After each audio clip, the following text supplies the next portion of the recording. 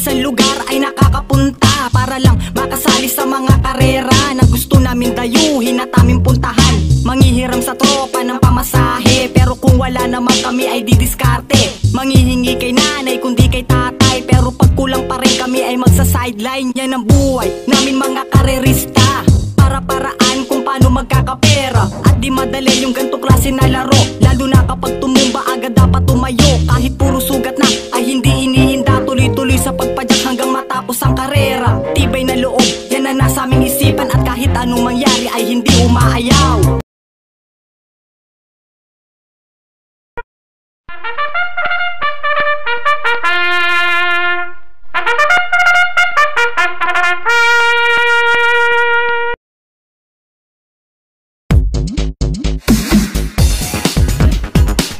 Dito na tayo sa race number 1, panimula na winner take all races 1 to 7, 1,200 meters ang distansya dito na may 8 numero, couple entry ang numero 3 dito. Dito sa race number 1, magandang abangan at panoorin tong imported horse na numero 1 Andiamo Appearance na unang takbo sa isang regular race dito sa Pinas. At dati itong nakatakbo sa ibang bansa at nananalo sa mga nalabanan nito. At nagbaryaran to, hindi mainam ang preneba, parang nagtrangko lang no, si Opi Cortez ang rumenda rito. 1.19.2 lang ang chinempo sa 1,200 meters sa distansya at nakasegundo lang to kay May Jopay. Hindi lang natin alam kung magpapakitang gilas ngayon to dito sa magiging laban niya sa 7 pang kalahok din dito. At ipapakita ko rin sa inyo yung isang naging laban nito sa ibang bansa na naipanalo niya.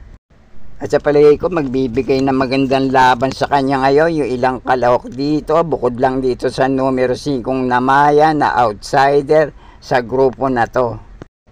Kaya ang papremera ko na rin dito itong imported horse na numero 1 Andiamo Appearance. Panigundo ko naman itong couple entry, numero 3 na Hakim at 3A na Prime Billing. Pwede nyo pa rin panama sa pagpipilian. Itong numero 2 na Rangers na panersera ko at itong numero 8 Saratoga Chrome. At kayo na pong bahala para sa mga kinukursunadan yung kalahok dito. At panoorin po natin yung isang naging takbo nitong numero 1 Andiamo Appearance sa ibang bansa. It is Andiamo Appearance, General Banker, the maiden down on the inside with 1/8 of a mile to the finish. And it is Andiamo Appearance who steps away here and opens up on the field. Andiamo Appearance pouring it on here. Donegal Surges has moved to second, but no threat for this winner. Andiamo Appearance wins the Funny Side Stakes, presented by Rude and Riddle Equine Hospital. Ang Saratoga ay isang lugar sa estado ng New York sa United States. Ito ay isang kilalang destinasyon para sa mga pakarera ng mga kabayo, ang Saratoga Racecourse. At dito naganap yung panalo ni Andiamo Appearance.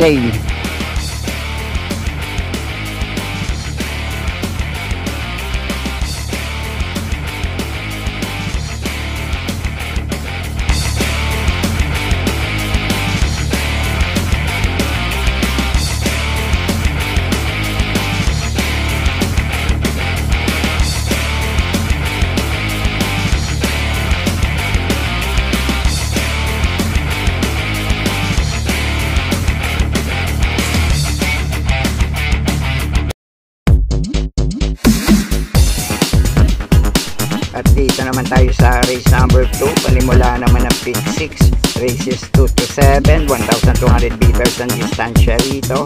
May 8 numero at 8 rin na mga kalahok dito.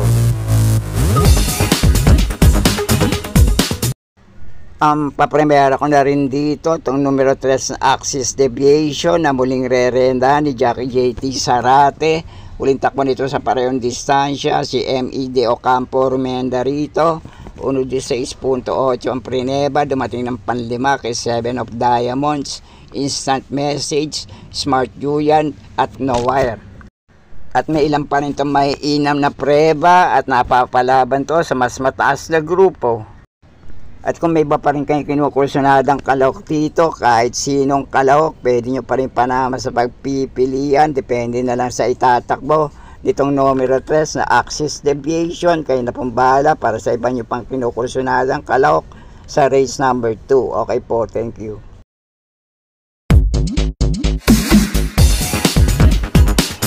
Sa race number 3 na tayo, panimula naman ng 5 races, 3 to 7, 1,200 meters din ang distansya rito na may 8 numero, 8 rin ang mga kalahok dito. Sa race naman na to, magandang laban din to para sa 3 de banderang kalahok dito, laban sa 3 de remate na pwedeng umabang na kalahok din sa race na to. At yung 3 kalahok na pare-pareho may tulin dito, numero 5 Take a Chance, numero 7 Bandido at itong numero 8 Tool of Choice. Palagay ko pagandahan na lang ng salida sa gate at kung sino makakadiskarte ng maayos na pananakay sa mga rerenda sa kanila rito sa harapan, palagay ko pwede mauna manalo at makatapos din ng karera, manalo rin dito. At kung sakali naman na mapapatuloy na airihan nila rito, magkaroon ng bakbakan sa unahan, palagay ko yung mga aabang na kalahok dito, pwede rin makapagparimate, pwede rin makapanilat sa race na to. Kaya ang pampremera ko rito, yung aabang na kalahok dito, numero 6 na I'll Be There. Panigundo ko naman dito, itong isa pang aabang na kalahok, pwede rin makapanilat, medyo dehado, numero 3 na Buntay Shore. At pwede nyo pa rin panama sa pagpipilian, matira matibay sa race na to. Itong pare-parehong metuli, numero 5 Take a Chance, numero 8 Tool of Choice at itong dehado, numero 7 Bandido. Okay, kayo na pong bahala para sa mga pili, kursunada, para sa mga diskarte nyo sa race number 3. Okay po, thank you.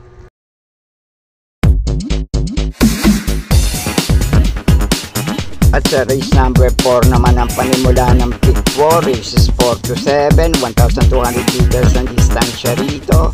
May 8 numero at 8 rin ang mga kalahok dito. Sa race naman na to, may ilang matuling kalahok dito. Numero 3 na Spirit of Might, numero 4 Southern Man at numero 6 na Creation of Adam.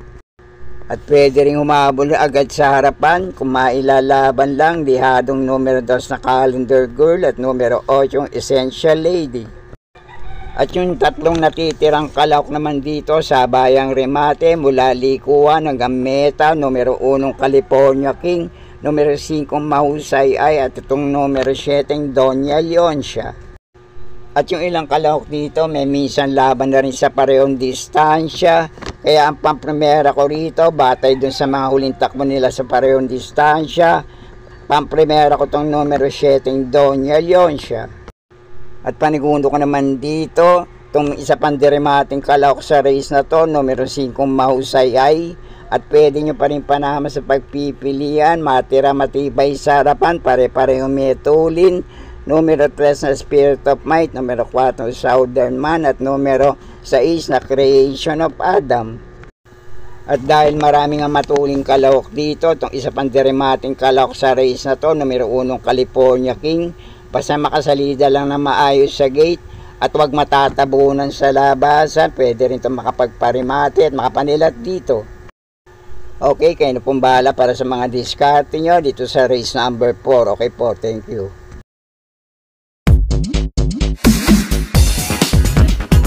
At dito naman sa race number 5, 1,200 meters din ang distansya rito na may 8 numero at 8 rin ang mga kalahok dito. Sa race naman na to, magandang laban din to para sa mga kalahok dito. Hindi nagkakalayo yung mga naitala nilang tiyempo sa ganito rin distansya. Pero mapaprimera ko ngayon itong Malia Llamado, numero 6 na Stand in Faith. Panigundo ko naman dito, medyo dehadong kalahok, numero 7 Lucky Fortune. At panersera ko naman dito, medyo dehado rin kalahok, numero 2 na Eyes on Sunrise. At dun sa ibang kalahok dito na pwede nyo pa rin panama sa pagpipilian kung kursunada nyo, Pwede rin naman numero 4 Great Angie, numero 5 Carolina Bell, at itong numero 8 You Never Know. Kayo na pong bahala para sa mga diskarte nyo rito. Okay po, thank you.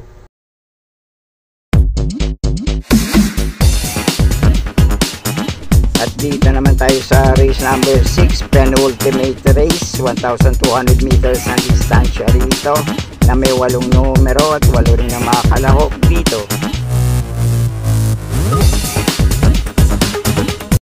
At dito naman sa race na to, may ilang kalahok din dito na pare-pareho may tulin at hindi nagkakalayo yung mga naitala nilang tiyempo sa 1,200 meters na distansya.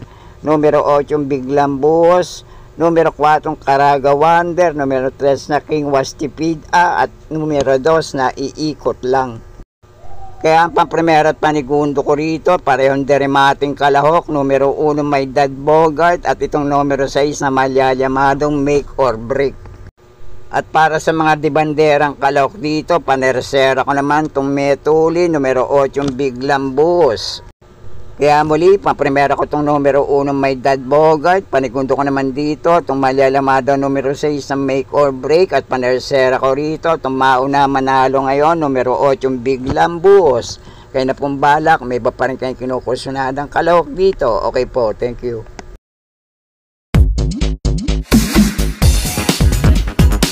At sa race number 7 naman, last race para Tingan, 1,200 meters ang distansya rito na may 8 numero at 8 rin ang mga kalahok dito.